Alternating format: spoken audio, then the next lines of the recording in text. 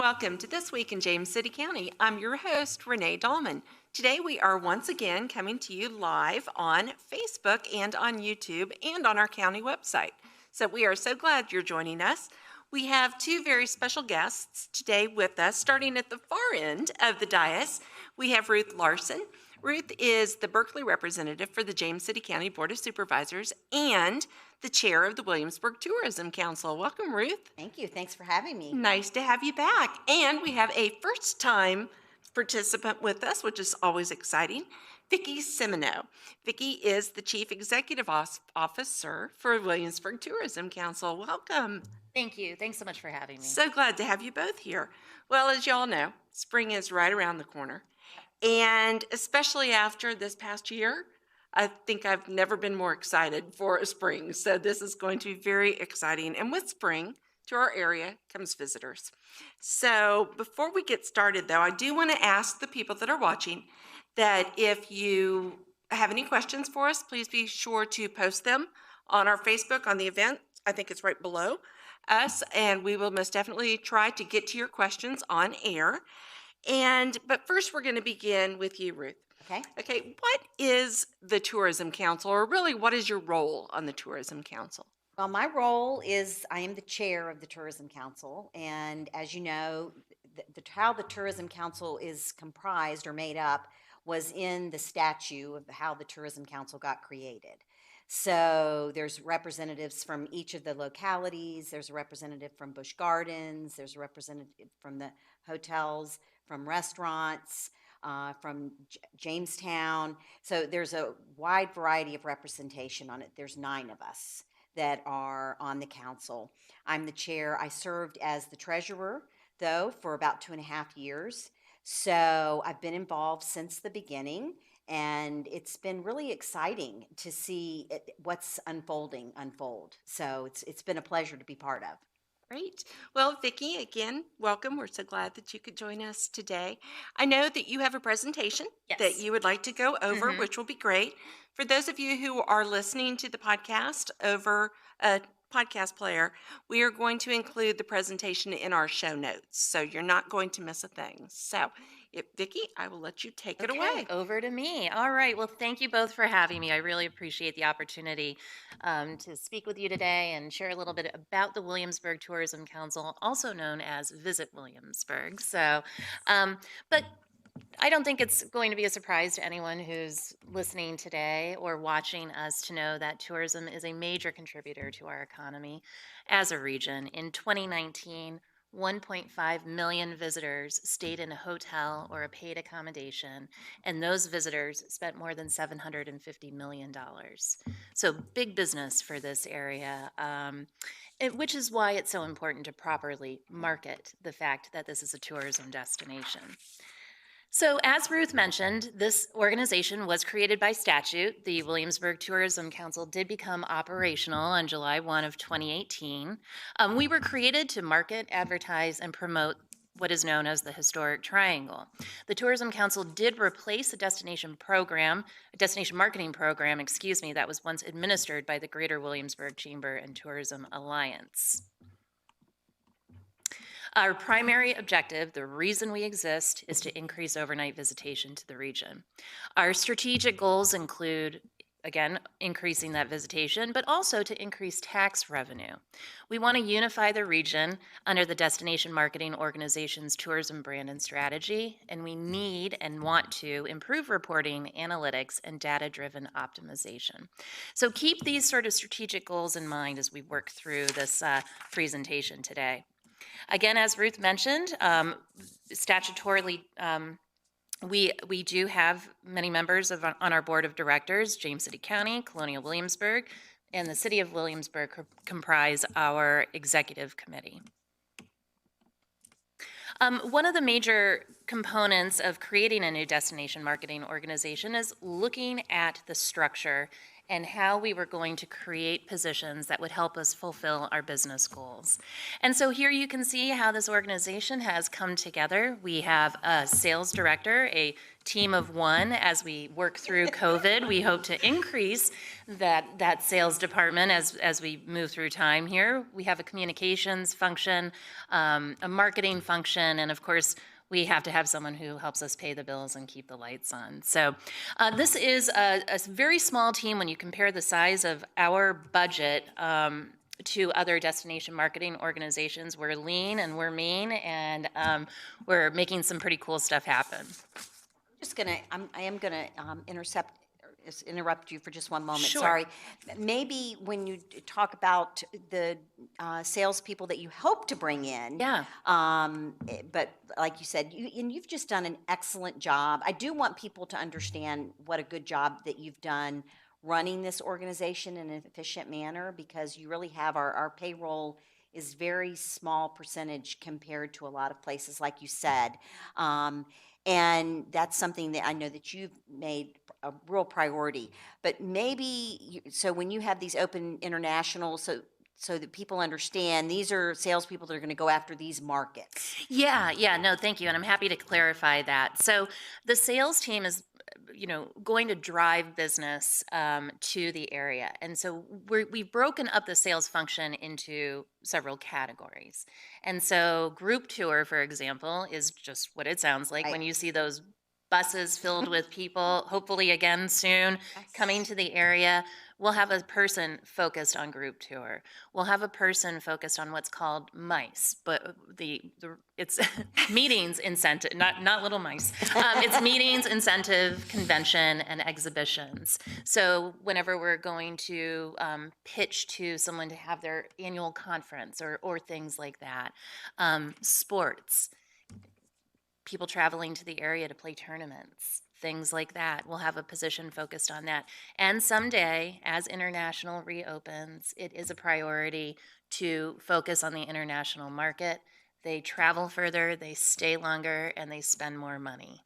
And so really the sales function is the largest piece, as you can see, of the organization. Thank you.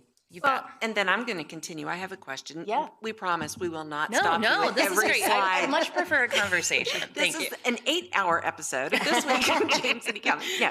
Now, what is a FAM coordinator? So part of what we do is we host travel writers and social media influencers here in the area. And so what that is called when you're bringing somebody to the region is a familiarization tour. Gotcha. And we have someone who's solely focused on ensuring that we're creating an itinerary that is lined up with what a travel writer has been assigned to write about while they're here in the area. And also, social media influencer program has been a big part of what we've pushed out there, sort of post reopening in June of 2020. We wanted to be able to communicate in an authentic first person voice that this area is safe to travel to, and also to kind of help us change perception about traveling Sure. to the area.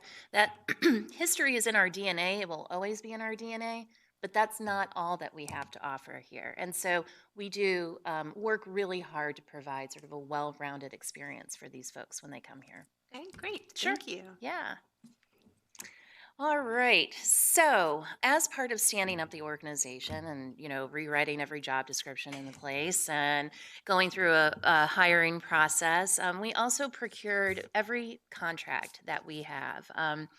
We are a public body. We do have to adhere to the Virginia Procurement Act, and as such, we put every single piece of business out to bid. And so anyone who has gone through a procurement process knows that it's very time consuming, but it's also very important that any business that you're contracting out is done in a way that is fair and open. And so that is something that we've dedicated a lot of time to in standing up the organization. All right, so let's talk about some of the fun stuff now. So everything that we do, it's rooted in data and research and consumer perception. You know, we're not kind of guessing what people will like or will be drawn to.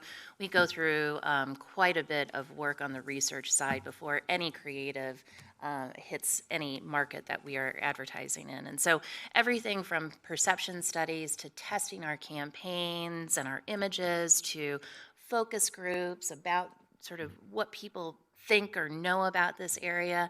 And from there, that's where we really develop what we call our strategic foundation. And our creative platform is something that we we root every piece of creative in. And so when we look at how we're positioning the area, we look at sort of human insight, right? We start with that. When you make a travel decision, it's a very emotional decision. It's something that you save for, it's something that you dream about. And so, you know, we know that we need to kind of tap into those emotions. And so we look at it from a defiantly human insight approach. At the end of the day, we're all humans and we sometimes too often make decisions rooted in emotion. But we all yearn for regrounding right now more than ever. I mean, it has been a tough year for everyone, and everybody is just hoping to kind of get back to what seems like a little bit of normal. And so we know that what we want the desired perception to be is that Williamsburg is a safe and relaxing escape from a life of strain and complexity. And that's not during just COVID. That's all of the time, really. You know, everybody works hard and they wear many hats. And when you go on vacation, you want to be the best version of yourself. And so, what we wanted our brand platform to be was really to communicate that Williamsburg is a getaway experience where nothing's complicated and everything sort of reunites us with the ones we love. And bottom line, what our creative platform is rooted in is reuniting with what truly matters to you. And reuniting with what truly matters is different for everyone, too, right? And so the campaign that we've created is called Life at Your Pace. And I'll just read this to you. The world forces us to move at a pace that doesn't always make us comfortable. We yearn to get back to our pace of life as fast or as slow as we wish. We want to get control of our lives back. Williamsburg is the place to do just that because your vacation is your vacation. You want to sleep in and have breakfast for lunch? Go for it. You want to play golf all day, every day for an entire week? It's your vacation. You want to hop in a canoe and see where the James River takes you? Without a paddle? Then head to Williamsburg and experience life at your pace. And so when we're speaking to people, we're focusing on sort of three core demographics: active mature, Gen X and millennial families, and Gen X and millennial couples traveling without children. We also are actively looking for consumers who are shopping for travel. And so folks who have Googled vacation, we're focusing on the fact that they've Googled that keyword. And so it just gives us a closer kind of conversion rate as we're focusing on folks who are actively looking at travel. We advertise the destination in 20 markets. Really, this is a very comprehensive program. We've expanded it over the past year to include Cleveland and Columbus, Ohio, and we run digital display advertising in New York. We had planned to run TV in New York, but when sort of the pandemic hit, we decided we're going to hold on TV in the country's most expensive market until things are truly open and people are freely traveling again. You name it, we do it. Everything from linear TV to connected TV. So linear would be your traditional turn on the tube and watch, you know, Wheel of Fortune at 7 o'clock, to our connected TV channels. Again, social media influencers are a big part of what we do. Digital display advertising is the largest portion of our budget. About 42% of our budget is rooted in digital display advertising. But social and pay-per-click is always kind of going on in the background. These are digital, social, and pay-per-click are always happening year-round. We have an always-on approach, and we have for about the last year or so. And here you can see that. We ran a small amount of media in January, a lot of that digital stuff that I was just talking about. But as of February 1, we were live in all 20 markets with TV and all of the aforementioned tactics. And so you can see here that the bulk of our budget is spent from February through July, with a decent percentage, roughly 30%, in August to take us through the end of the year. And so, how does life at your pace kind of come to life? No pun intended. And this is these are some examples of our spring and summer creative. And you can see here, thrill at your pace, sip at your pace, explore, putt.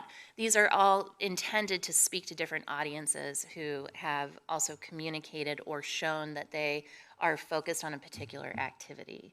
So we have kind of three different personas that we also target sort of in the background: seers and doers, culture questers, and simple strivers is what we call them. And so every ad that we create is intended to focus on one of those three personas and is served up to one of those three personas. So if we know that there's a seer and doer and they want to pack as much into their vacation as possible, we're going to hit them with really action-oriented creative.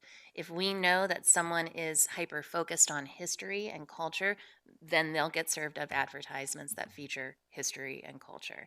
So it really is an interesting time where you can get so granular with your marketing effort. Here are some great examples of some of the social work that we're doing. And you can see here in Williamsburg, history isn't in a book, it's a living, evolving experience waiting to be explored. So again, that would go to our culture questers.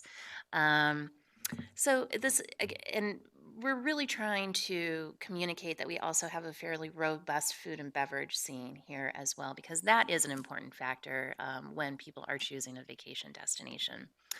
We do switch up our creative for fall and holiday to reflect that the leaves have changed and there are different kinds of experiences to be had in those seasons.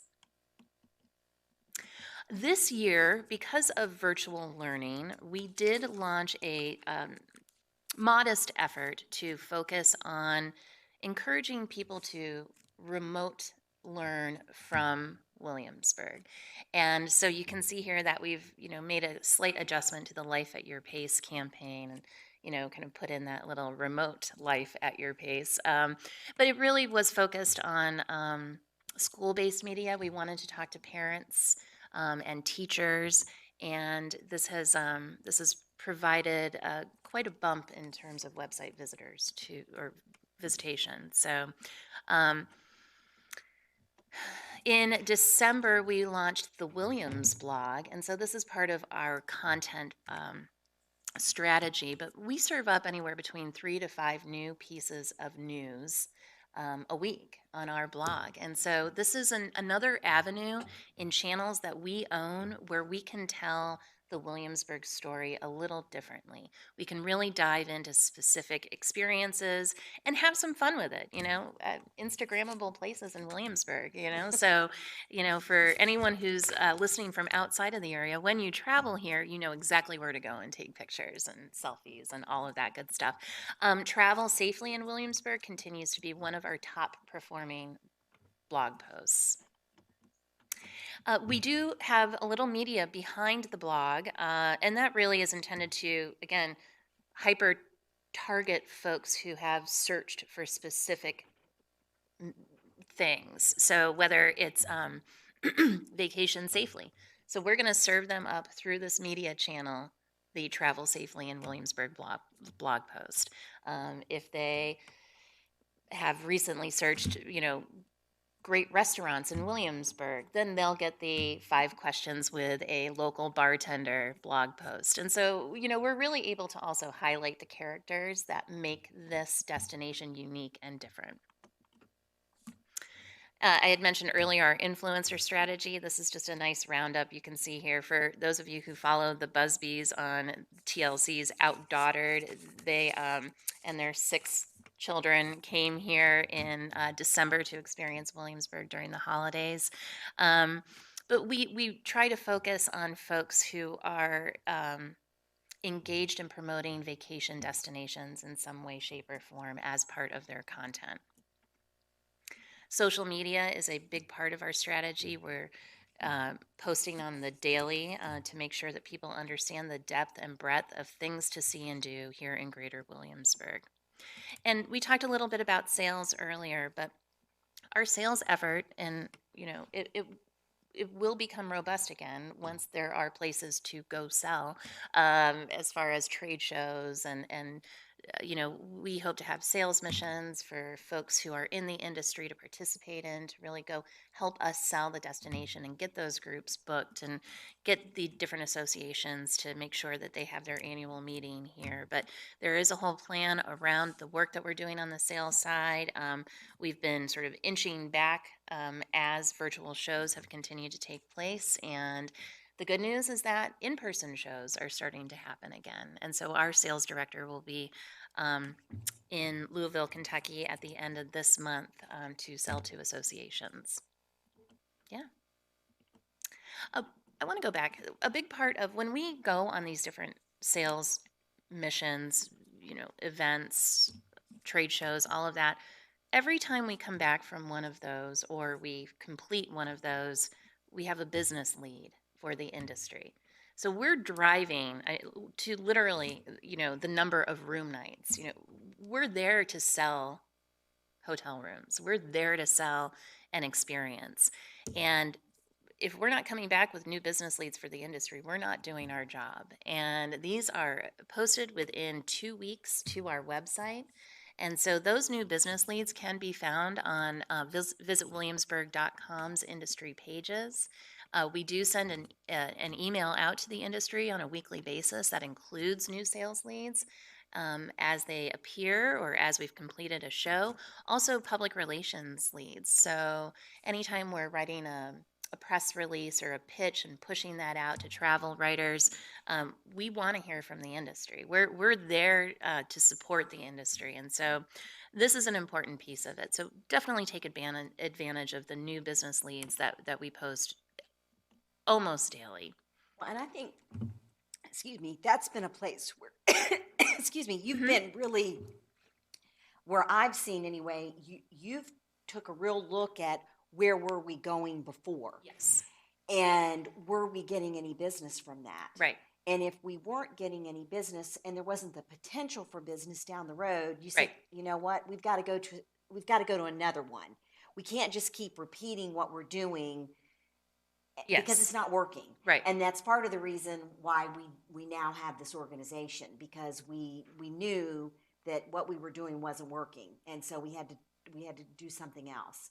And so that's just been one place where I've just seen you just zero in on, and you're not repeating. You're really looking at data and looking at what is the benefit for the area and for the organization. Right. So- I mean, if we're not meeting our business goals, which at the end of the day is overnight visitation, we're not doing something right. Yeah. And every piece of our program is designed to drive a business goal, period.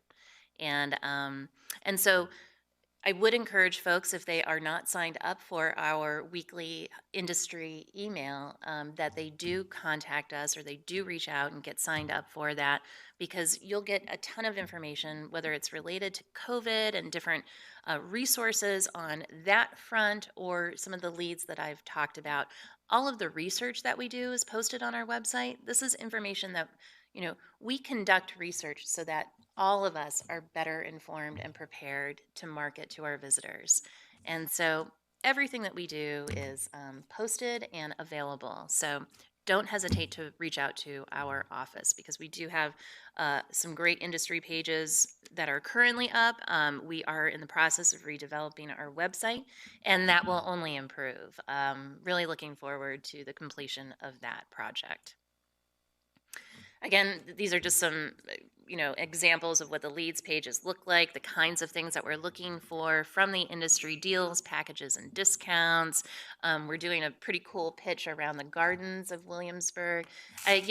One of the things that I thought was pretty neat, and people may not realize this, just this Busch Gardens alone, the size of their nursery and the amount of flowers, so we want to get kind of granular and put that out there.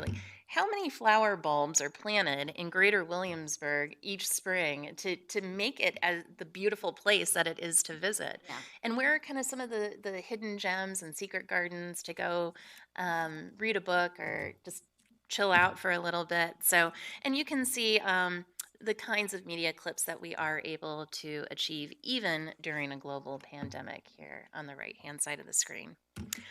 Speaking of the industry, and again, everything that we do is to, drive business here, but also to unify. And this goes back to the strategic goals that I had mentioned at the beginning. Is to unify the industry under the Visit Williamsburg brand. And part of how we do that is by sharing research, by encouraging, you know, folks participating in our programming, but we also created a cooperative marketing program where Visit Williamsburg will match a business investment one to one in order to participate. We selected two vendors in order to sort of create these cooperative advertisements that are in line with the Visit Williamsburg brand. And here's a great example of how that comes to fruition, right? It's the Life at Your Pace campaign, but we are encouraging private businesses to take advantage of that, leverage our buy. We're stronger together, and leverage the wonderful brand and campaign that underwent an enormous amount of testing before ever seeing the light of day. I've talked a little bit about COVID, but certainly it was about a year ago today where sort of our lives changed as we knew it, and nobody really knew how it was going to go or shake out. But throughout COVID, we worked to become a better information resource to the industry. And we also had to pivot on a dime. We were live with our ad campaign. We had to pull it in a matter of hours. And during that time, worked to focus on the future when we reopen. And so we were one of the first tourism destinations in the state to start posting some positive messaging, but we did have to switch our approach on social media. Just really switch our focus to sort of the things that were resonating with consumer sentiment, like spaces that are not crowded, outdoor spaces, places where people felt safe. And so our social media approach went from featuring people to having 0 people in it, to talk about some of that outdoor space that we have here that oftentimes goes unnoticed or is not necessarily what folks think of when they think of this area. We also launched a TV campaign, sort of early May. Again, people were still sort of under stay-at-home orders, but we were the first destination here in Virginia to launch any sort of TV effort, and that effort was really about we'll be together again soon. It was meant to be a bridge campaign, but it embraced the promise of the future and really tried to show that optimism that we miss people as much as everybody else does, and we can't wait for things to get back to normal. And so we were able to maintain a marketing presence. We stayed hopefully more top of mind than those destinations that went quiet totally. And we wanted to make sure that, again, we were supporting those industry partners and local businesses and keeping consumers engaged in what we do and what we're about. We also launched a local effort during the week of National Travel and Tourism week of May 3rd of last year. And, the ad kind of says it all. When the world is ready to leave their homes, we'll be ready to invite them here. So all the while, we were running these local efforts, these efforts that were obviously non-traditional for a tourism destination to keep us top of mind. So at the end of the day, we're doing all of this work. How do we know if it's working, right?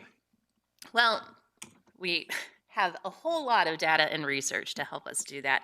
And you'll recall that one of our strategic goals was to enhance our reporting and research efforts. And I know that over the course of the last 2 years, we've done a lot of work on that front. We have a performance dashboard, and this is just one example of when we've got digital media out there, we can literally look at it based on a time frame in real time in some cases and know how those ads are performing. how many clicks we're getting, how many site visits we're getting, how many hotel bookings we're getting. We use a platform called Adara Impact, and it literally measures if someone clicked on an ad and then went on to book hotel or an airplane ticket. And so you can see here, even, we had 704 bookings in this small time frame based on people who clicked on one of our ads and went on to book a hotel. But what's even more optimistic here is the number of hotel searches, nearly 25,000 hotel searches from someone who clicked on an ad and then said, I'm going to just check this out. So you can see that being able to get this granular and understanding not only, are they booking a hotel, but what's sort of their age demographic? Where are they coming from? So it really helps us to keep a tab on our efforts so that we can pivot on a dime if we need to.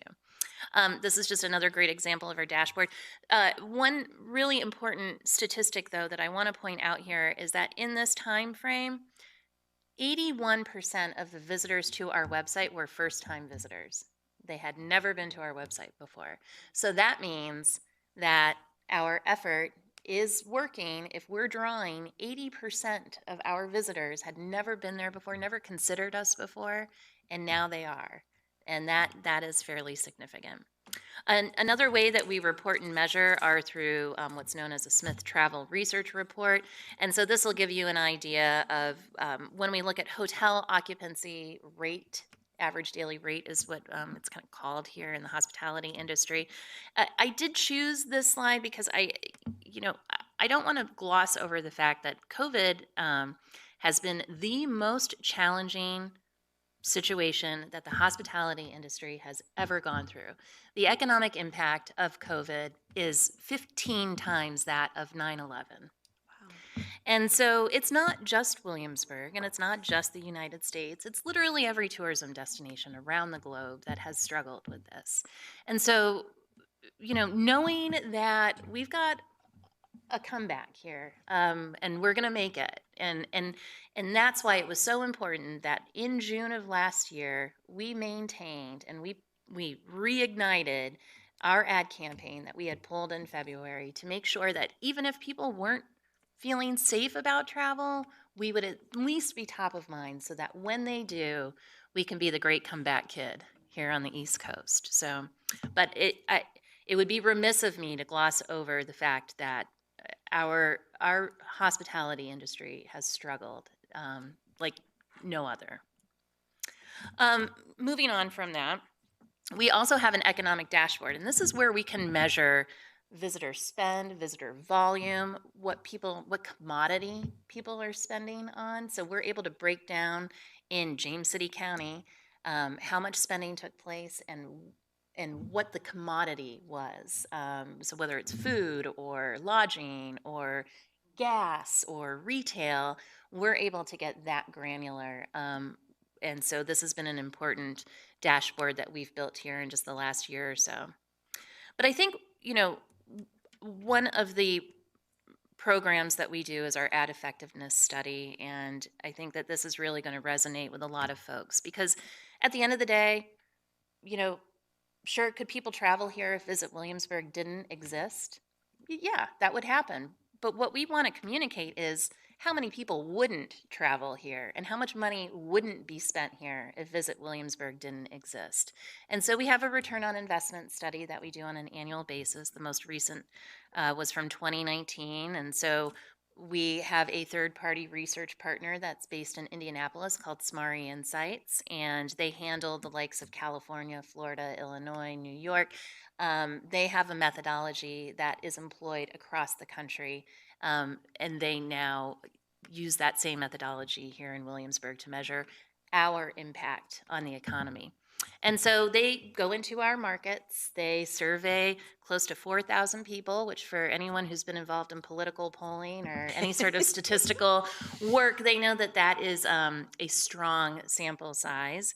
And at the end of the day, they come back to us and they say, okay, so out of everybody that you were targeting, you effectively increased awareness with close to 40% of those folks that you were targeting.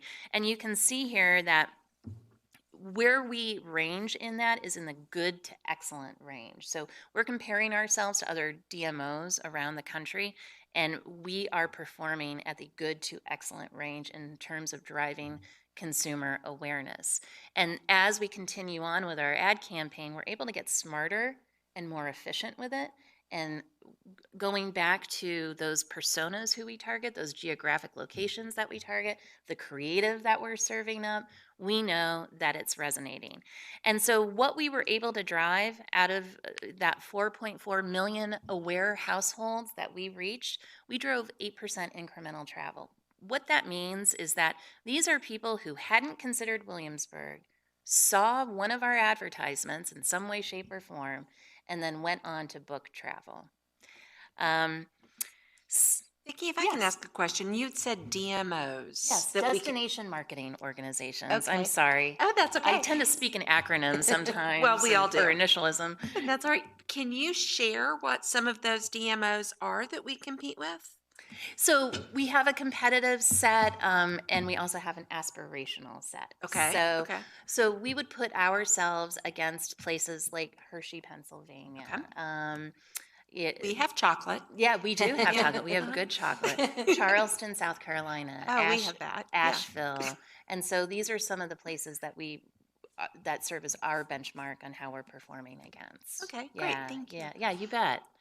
Um, so out of the aware households that again they hadn't considered us, saw our ads, booked travel, those that influenced visitation that wouldn't have happened without Visit Williamsburg's work produced influenced spending of nearly $406 million.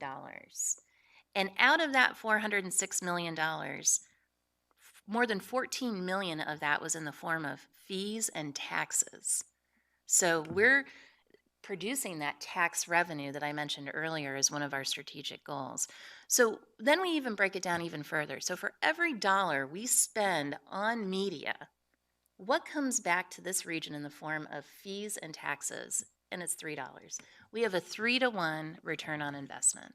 So, this program is not sort of a gift. It exists to drive tax revenue to this area. And so I do kind of want to end with making that point that Visit Williamsburg in the couple of years here that I have led this organization. We've done some incredible work despite a whole lot of curveballs. And so from here, I'm happy to take any questions or discuss anything else further. Well, I think that you should end with your org chart again because it is amazing the amount of work that comes out of such a small staff. Yeah, we're literally about a third of the size of other destination marketing organizations in our budget range. It's a small, lean team. But they do great things. They really do. And I know we've got other people that we need to get to too. So I know you don't want me to ask too many questions, Oh, but I please. do want to just ask one follow up because it was important for me to do this. And like I said to you earlier, Renee, the timing I thought was really good because it really, last year when COVID hit, right before budget time, I had this realization that there are a lot of people in our community that do not realize the role tourism plays here. And tourism plays an extremely important role. And I hope that Chris and Sharon are going to speak to that. But I read certain things or certain things get sent to me that people say. And so there was a little bit of it. We need to stop this during COVID. So can you, and you covered it a little bit, but can you just speak to it again about why it was so important to keep pushing through during COVID? What would have happened if you had said, okay, well, that's it. We're going to close down for Right. a year Right. until we know what's happening with the world? What kind of catch up would we have been having to do now, for instance? Well, we certainly wouldn't have, 80% of our visitors to our website be first time visitors to our website. We certainly, and we're actually finalizing a brand health study as we speak for 2020. So we'll be able to speak to that even further here in the not too distant future. But, I always like to use the example of, during the Great Depression, there were two cereal companies, right? There was Kellogg's and there was Post.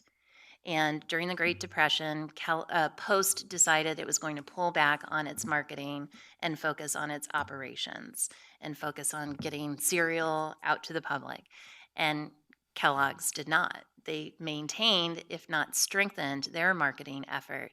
And at the end of the day, they became the top cereal brand because they stayed in market and they kept consumers aware that their brand existed, and it kept them top of mind, and they ended up gobbling up a whole lot of Post market share at the end of the day. And that's something that is our focus too. We want to kind of go after visitors who are choosing other places. We want to gobble up some of that market share from an Asheville or a Charleston or a Hershey, and so that's a big part of our strategy too. So I hope that answers your It question. does, and I appreciate it very much, so thank you. Yeah. Well, and I think what you're saying, everyone only has so much vacation. So they have to choose. Are you going to go to Hershey or are you going to come to the incredible greater Williamsburg area? Exactly. Right. Exactly. Okay, very good. And we know where we want them to come. Of course. Yes. Of course. Well, now I also want to know, and you don't have to answer this, how you choose influencers. I don't want to brag, but I have 57 followers on Instagram. Well, so then we need to talk to you, yeah, Renee. yeah, give me a call. Yeah. So our agency, which is called Connolly Partners, they have a proprietary software program where they're looking at the number of followers an influencer might have, but then also the subject matter that they cover. They're highly vetted before we even bring that, even consider them. But it's a combination of folks who either specialize in vacation destinations or leisure travel or have a very strong following, because we want to up the cool factor. We want people to know that, there's really sophisticated dining and cocktails that exist here and outdoor recreation and the programming that's offered at our living history museums and cultural spots is incredible and significant and can't be found in other places. And so using these influencers and their authentic voices that resonate with their followers has been incredibly helpful in sort of communicating new and different things about Williamsburg and the region. So I'll tell you a funny story. Yeah. I follow Lisa Turkhurst on Instagram, and she put a picture of herself, and it looked sort of familiar. And she said, she's an author, right? A New she's York an author. Times Yes, listed. she's an Yeah, author yeah. and Mhm. speaker, and she said, where else can you go ice skating, ride a roller coaster, go to a lavender farm, all in one weekend? And I went, wait a minute. And I said, are you in Williamsburg? And then I said something to Vicki, and she said, oh, her daughter was the influencer who was here this weekend. So, while it was, I'm not the generation they were going after necessarily, but I think her mom had, it was like, wow, that's pretty cool. That's a lot you can do in one weekend. Right. And that was the point that we're trying to make, is that there's so much to do around here. And so that was really funny. And then they had one other, the Busbys. And if you have a daughter that is in probably from 10 to, I don't know, 30 or so, they'll know the Busbys, trust me. Okay. So, yeah. Yeah. All right. Well, before we have a couple extra guests or other guests, not extra, in with us, we have two directors with James City County. We have Sharon Day, who is the Director of Financial Management Services, and you have also been on the podcast before, typically talking budget. And we're also joined by Chris Johnson, Director of Economic Development. What would you all like to add to the conversation? Sharon, we'll start with you. Thank you, Renee, for the opportunity. I think a lot of what I would normally add to the conversation has already been said, much better than I could probably say it. But just from a financial standpoint, from the county's perspective, I think this year more than any other year, we have certainly felt the impact or lack thereof of tourism to our area. There's really three primary revenue sources that directly support tourism in our area, namely the lodging tax, the additional historic triangle $2 lodging tax, and then also the additional historic 1% sales tax. Those dollars are used to fund some vital nonprofit entities that we partner with. It supports activities that James City County hosts, for example, the events at the Jamestown Park. And it also helps support some vital capital projects that both our tourists as well as our residents enjoy, such as the marina. That generates about $8 million of an investment from the county, and as you've heard Vicki say, it brings in about $750 million of spending to the area on an annual basis. That doesn't even account for other areas of revenue that support the county for unrestricted purposes. Examples of that would be meals tax and sales tax. We greatly felt the impact of meals tax this year due to the impact of tourism in our area. So again, just wanted to reiterate from a financial standpoint, the great return on investment and the quality of life that our citizens are able to enjoy because of the impact that tourism has on our area. Yeah, I really appreciate that.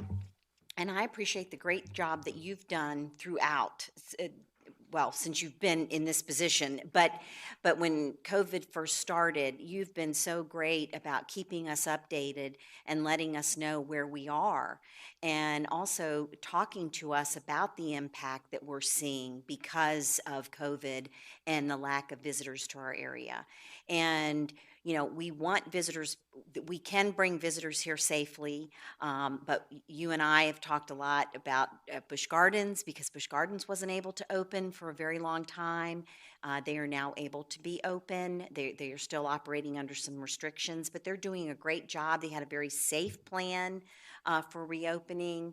And so, I really appreciate the way that you've had your finger on our financial pulse and have kept us updated. And I'm hoping that we will see some trajectory this, as more vaccines get out and people start traveling more. And I know you're going to keep us updated on how it's looking. So. Absolutely, I will. And we've certainly learned some lessons. You think you know, and some things you do know, and some things you don't know. We've learned a lot from this experience, and certainly that helps us moving forward in our budgeting and as we continue to come out of this pandemic. We are definitely seeing positive trends, and hopefully that will continue. That's good. And did you see some positive? Were there things that surprised you that we didn't see quite the dip in that you thought we might see? Absolutely. I think the meals tax and the sales tax are the two biggest surprises. We really anticipated our sales tax would be hit harder than it was. And so our what we've learned from that is, one, we have the ability to collect sales tax on internet sales now. That's still a fairly new in development. And so because people were staying home, they weren't necessarily out in the shopping centers, but they were still shopping. So the impact there wasn't as great. Meals tax, on the other hand, took a much bigger hit than we had anticipated. And that tells us the impact of Busch Gardens. One, they're one of our biggest taxpayers of meals tax directly as a corporation, but also the tourists are eating out. They're eating out at their restaurants, and residents were as well, to the extent they could. Obviously, we were under a great deal of restrictions, but that really surprised us. We budgeted about a 10% reduction in meals tax, and our true experience was closer to 60%. Meals tax is about $8 million in revenue, so that's quite an impact there. Thank you. One of those lessons learned.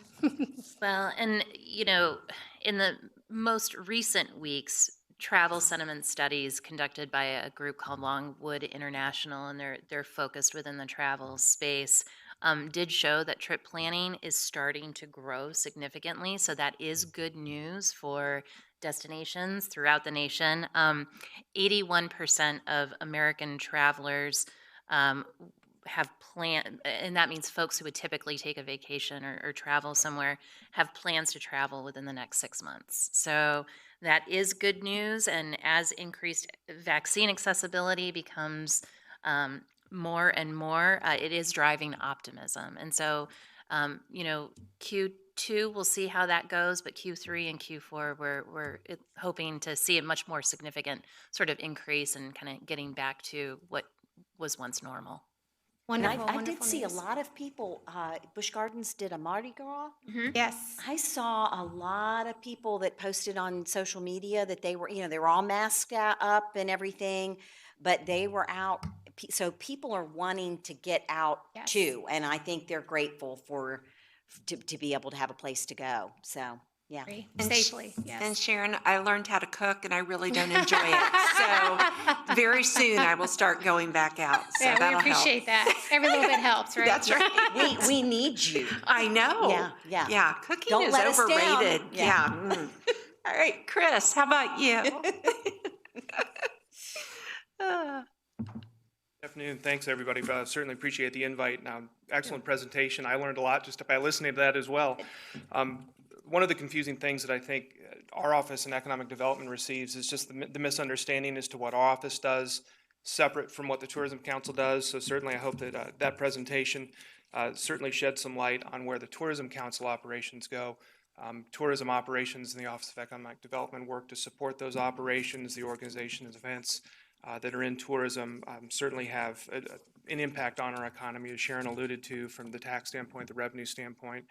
And pure and simple, outside spending helps us keep our real estate tax low. What's good for tourism is what's good for visitors wanting to come visit the area is also good for our residents, and it's also good for our businesses. And it helps us the primary tool that our businesses have to make this an attractive location to consider, to drive the traffic we have at our industrial parks and our available properties. We're certainly seeing an increase here over the past year. It has not died off. People are still out. Businesses are looking to take advantage of the revenue streams and retarget and refocus their efforts. So we're seeing a healthy, steady flow of businesses to keep those revenue streams solid. Some of the things just in tourism that I just want to highlight briefly, some of which were mentioned earlier. James City County, the Main of Williamsburg, a new wedding event, retail venue, retreat venue in Ms. Larson's district, the Berkeley district, had a groundbreaking this last year and looks to be open later this year. That is certainly one offering. Certainly the efforts down at the James City County Marina that are ongoing right now to enhance their Billsburg Brewery, the Sweet Haven Lavender Farm, or just some of the other tourism-based industries that we have as part of our backbone here that are all doing very, very well. We will see the return of the Pure Silk Championship at Kingsmill. The LPGA event will be returning this May. Certainly we won't have the same capacity and the same number of visitors, the 40, 50,000 guests that they normally entertain there. But after a year off due to COVID, we're certainly excited to see that come back and to get the Williamsburg name out there in the marketplace as a whole as well. And part of Busch Gardens opening, reopening at full capacity, but reopening on a larger scale. They will be having their multi-launch roller coaster Pantheon opening later this year, which will certainly, anytime a new venue, anytime a new attraction opens up at Busch Gardens, that certainly drives a lot of tourist interest as well. So the 110 restaurants we have, the 15 hotels and campgrounds, as well as Sweet Haven Lavender Farm, we certainly have a fair substantial portion of our local economy is based on tourism. The tourism dollars that come in from a revenue standpoint also translate to jobs. Roughly 20% of the jobs we have here in James City County are in tourism-related industries. So always happy to hear that where we are with that things are heading in a positive direction. And again, appreciate the opportunity to come today. Thank you. Ew. If I could just hit on something that you had said, tourism marketing impacts more than just driving visitors to the area too, right? It promotes an overall sense of the lifestyle that exists in a community like that, which oftentimes can play a double role in driving talent attraction campaigns and efforts, business attraction. Tourism is economic development in so many ways, shapes, and forms. And to be able to know that there is such a robust program out there that is promoting primarily leisure travel to the area, but also just promoting the area and the wonderful lifestyle that exists here is an important component of the work that we do. So Thanks. Thank you. You really need, you've got to do a podcast sometime on wedding venues because Yes. I've learned the Maine, I'm so excited about, but just what an industry it is. And I'm so Right. excited that we're getting something like that in James City County. But I don't know if you're getting ready to cut us off, but I did want to just take a quick minute and just say thank you to the city of Williamsburg, the county of York, all the partners that are on the Tourism Council, Colonial Williamsburg, Busch Gardens, Jamestown, everybody that is on there, hotel, motel, restaurant, everyone.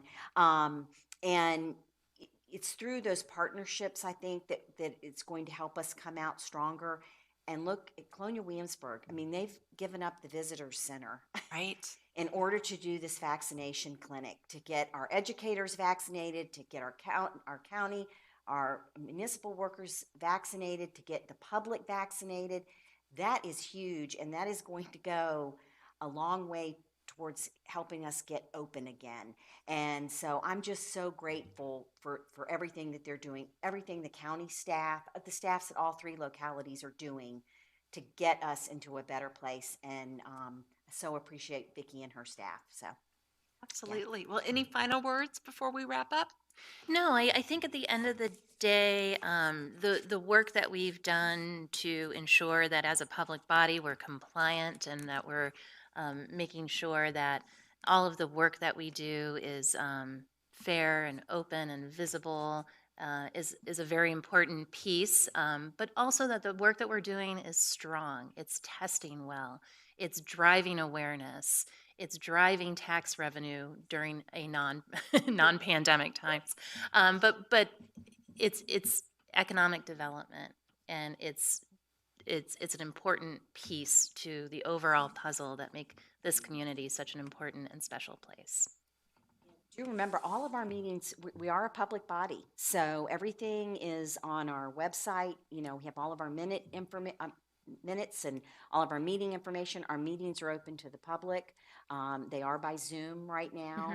Don't know when we're going to resume in-person meetings, but you know, all of that is open, and we welcome participation. So, And we will include telephone numbers and email addresses Thank and you. everything, websites.